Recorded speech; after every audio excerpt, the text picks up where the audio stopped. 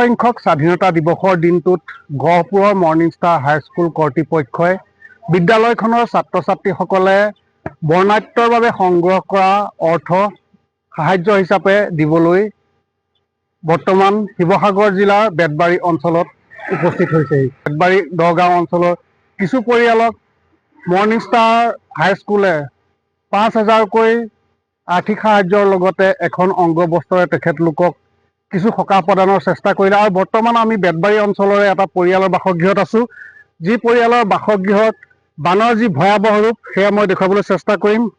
এয়া বৰ্তমানৰ বানৰ যি পৰিৱেশ, সেই পৰিৱেশ এই পৰিয়ালটো বাসগৃহৰ পৰা আঁতৰ হোৱা নাই। গোটেই চোতালত বৰ্তমান ভূঁই ৰুব পৰা অৱস্থা, আৰু বানে যি ঘৰৰ সা সামগ্ৰী আছিলে সেইসমূহ কিদৰে নষ্ট কৰিলে এয়া মই জীয়া ছবিখন দেখুৱাবলৈ চেষ্টা কৰিছোঁ। এয়া বৰ্তমানৰ এই পৰিয়ালটোৱে বাৰান্দাত টকতাত জুই ধৰি পেলাই খাদ্য ৰান্ধিবলগীয়া পৰিস্থিতিৰ সৃষ্টি হৈছে। কেনেকুৱা ভয়ংকৰ পৰিস্থিতিৰ সৃষ্টি কৰিছিলে এই বেতবাৰী অঞ্চলত যি প্ৰলয়ংকাৰী বান আহিছিলে, সেই বানে মই দেখুৱাবলৈ চেষ্টা কৰিম। এয়া বৰ্তমান কিছু সামগ্ৰী তেওঁলোকে সামৰিছে যদিও বৰ্তমান বানৰ যি বিভীষিকাৰ পৰিৱেশ, সেই পৰিৱেশ সুস্পষ্ট হৈ আছে। আৰু বৰ্তমান এয়া পাকঘৰত বোকা পলসেৰে ভৰি পৰিছে, আৰু ভিতৰৰ যি সা সামগ্ৰী আছে সেয়া বহু নষ্ট হৈছে, আৰু যিসমূহ আছে সেইসমূহ তেওঁলোকে ৰাখিবলৈ চেষ্টা কৰিছে। এয়া বিচনাৰ ওপৰতো তেওঁলোকে ভাত বনাব লগা পৰিৱেশৰ সৃষ্টি হৈছে। কেনেকুৱা বানে ইয়াত ভয়ংকৰ পৰিৱেশ সৃষ্টি কৰে এই পৰিয়ালটোৰ বাসগৃহত উপস্থিত হ'লেই গম পোৱা যাব। ঘৰৰ ভিতৰত একাঠু পৰ্যন্ত বোকা। আৰু বৰ্তমান এই পৰিয়ালটোৰ কাষলৈ আহিছে মৰ্নিং ষ্টাৰ হাইস্কুলৰ যি কৰ্তৃপক্ষ আৰু বিদ্যালয়খনৰ ছাত্ৰ ছাত্ৰীসকলে অতি কষ্টৰে সংগ্ৰহ কৰা অৰ্থ সাহায্য প্ৰদানৰ বাবে বৰ্তমান এই পৰিয়ালটোৰ বাসগৃহত উপস্থিত হৈছে। মই প্ৰথমতে মৰ্নিং ষ্টাৰ হাইস্কুলৰ যি পৰিচালন সঞ্চালক যাদৱ চলিহা তেখেতৰ পৰা মই জানিবলৈ চেষ্টা কৰিম। আপুনি যিহেতু ছাত্ৰ ছাত্ৰীসকলে এই বৰ্ণাঢ্যসকলৰ কাৰণে সংগ্ৰহ কৰা অৰ্থ আজি প্ৰদান কৰিবলৈ ইয়াত উপস্থিত হৈছে, এই পৰিৱেশটো কি ক'ব? ইয়াত আপুনি কেনেকুৱা পৰিৱেশ দেখিছে এতিয়া বৰ্তমান? আমি যেতিয়া গোটেই অসমৰ মানুহে বা গোটেই ভাৰতৰ মানুহে গম পাইছে ইয়াত 19 জুলাই কি ধৰণৰ এটা পৰিস্থিতিৰ সৃষ্টি হৈছিলে, আৰু সেইটো আমি দেখি পেলাই আমাৰ এনেকুৱা এটা ভাৱ হৈছিলে যে আমাৰ ঈশ্বৰ, আমাৰ ভগৱান এই এনেকুৱা এটা বিপৰ্যস্ত অঞ্চলত আমাৰ ভগৱান সোমাই গৈছে। গতিকে আমি ভগৱানক দৰ্শন কৰিবৰ বাবে আমি আহিছোঁ ইয়ালৈ, আমাৰ প্ৰভুক দৰ্শন কৰিবৰ বাবে আমি ইয়াত আহিছোঁ। আমি সাহায্য আগবঢ়োৱা নাই, আমি তেখেতসকলক সেৱাৰ বাবে আমি আহিছোঁ। আৰু আমাৰ ছাত্ৰ ছাত্ৰীসকলকো আমি সেই মনোভাৱ তেওঁলোকলৈ আমি আগবঢ়াই দিছোঁ। আৰু তেওঁলোকে তেনেকেই আমাৰ 400 ছাত্ৰ ছাত্ৰীয়ে মৰ্নিং ষ্টাৰৰ তেওঁলোকে নিৰ্দিষ্ট ধৰণে বৰঙণি আগবঢ়ায়। আমি এই ধৰণে একোঘৰ মানুহত 5,000কৈ টকা আমি দিব, যিটো তেওঁলোকৰ আৰ্থিক সাহায্য ঘৰটো মেৰামতি কৰিবৰ বাবে হওক, আৰু এখন ভকতি বস্ত্ৰ দিছোঁ যাতে ভগৱানে তেওঁলোকক সাহস দিয়ক পুনৰ জীৱনটো ঠন ধৰাই উঠাবলৈ। এয়া আমি আপোনালোকলৈ কৃষ্ণ। হয়, মই এই পৰিয়ালটোৰ বাসগৃহৰ ভিতৰৰ অংশও দেখুৱাবলৈ চেষ্টা কৰিম। এয়া একাঠু পৰ্যন্ত বোকা বৰ্তমান ঘৰৰ ভিতৰত, আৰু ঘৰৰ যি সামগ্ৰী যিখিনি পাৰিছিলে তেওঁলোকে চাঙৰ ওপৰত চাং দি পেলাই ৰাখিবলৈ চেষ্টা কৰিছে। এক দুৰ্বিষহ পৰিৱেশৰ সৃষ্টি কৰিছিলে এই যি শিৱসাগৰ জিলাৰ বলিয়া বানে, আৰু যাৰ জীয়া প্ৰতিছবিখন এই পৰিয়ালটোৰ বাসগৃহত আমি দেখিবলৈ পাইছোঁ। এয়া বাচন বৰ্তন এইদৰে তেওঁলোকে ৰাখিবলগীয়া হৈছে, আৰু ঘৰৰ ভিতৰত বৰ্তমান যি ধান চাউল থৈছিলে এয়া ধানৰ পৰা গজালি মেলা দেখিবলৈ পোৱা গৈছে, আৰু প্ৰকাণ্ড গাঁতৰ সৃষ্টি হৈছে এই বাসগৃহটোৰ ভিতৰত। বানৰ প্ৰাবল্য কিমান আছিলে তাৰে জ্বলন্ত উদাহৰণ হৈছে এই বানাক্ৰান্ত পৰিয়ালটোৰ বাসগৃহটো। আৰু অকল এটা পৰিয়ালেই নহয়, ইয়াৰ প্ৰতিটো পৰিয়ালেই এনেদৰে বানৰ কবলত পৰি সৰ্বশ্ৰান্ত হ'ব হৈছে। এয়া মই দেখুৱাইছোঁ পাকঘৰৰ পৰিৱেশ।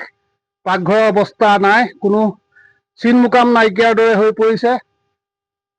আৰু এটা পৰিয়ালৰ বাবে নিজৰ ঘৰখনেই সকলো, আৰু ঘৰখন যেতিয়া এনেকুৱা দুৰৱস্থা হয় তেতিয়া সেই পৰিয়ালটোৱে কিদৰে বাকী থকা দিনখিনি কটাব সেয়া চিন্তনীয় বিষয় হৈ পৰে।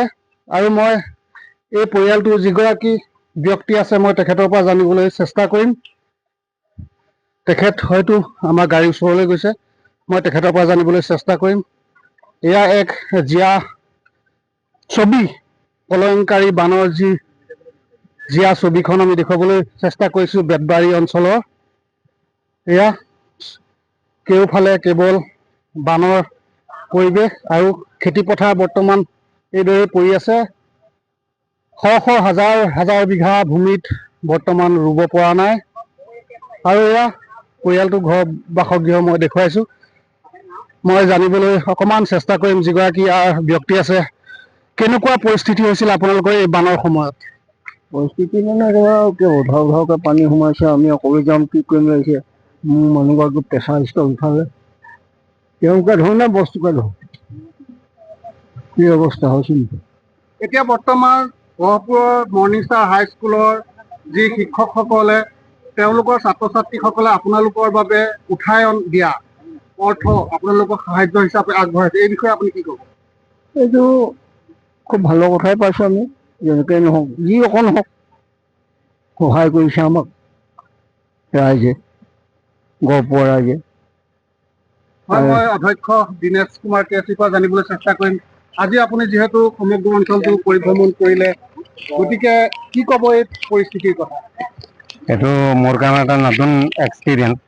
ইয়াত বানপানী মানে দূৰৰ পৰা দেখা হৈছে, কেতিয়াবা আমাৰ ওচৰত আপোনাৰ বাকৰি ডাককলা সেইপিনে বানপানী হ'লে অকণমান চাওঁ, ব্ৰহ্মপুত্ৰৰ পৰা পানী আনিলে দেখে, কিন্তু সেইবোৰ মানুহবিলাকক ইমান বেয়াকৈ এফেক্ট হোৱা নাছিলে। এতিয়া ইয়াত একেটা ঘৰৰ অৱস্থা আমি দেখিছোঁ, এক্সপিৰিয়েঞ্চ কৰিব পাৰিছোঁ।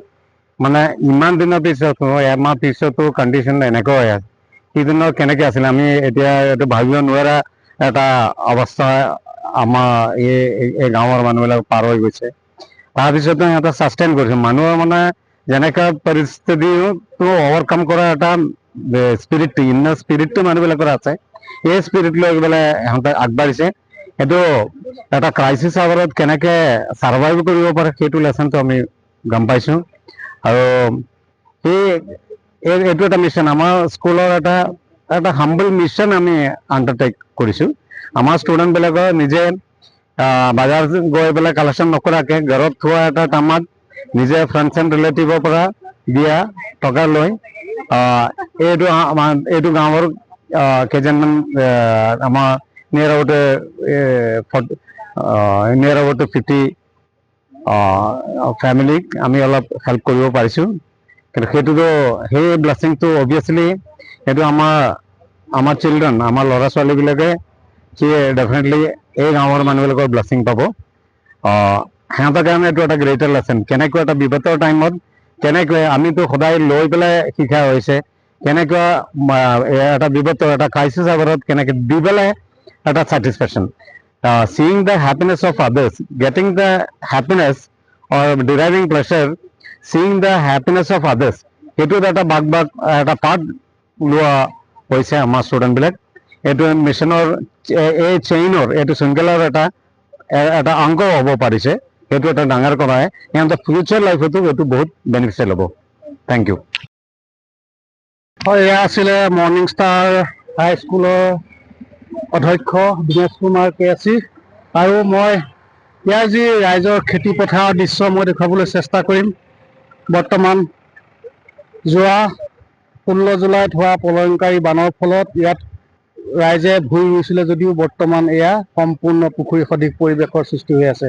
আৰু আমি বেতবাৰী অঞ্চলত গহপুৰৰ যি মৰ্ণিং ষ্টাৰ ছিনিয়ৰ ছেকেণ্ডেৰী স্কুলৰ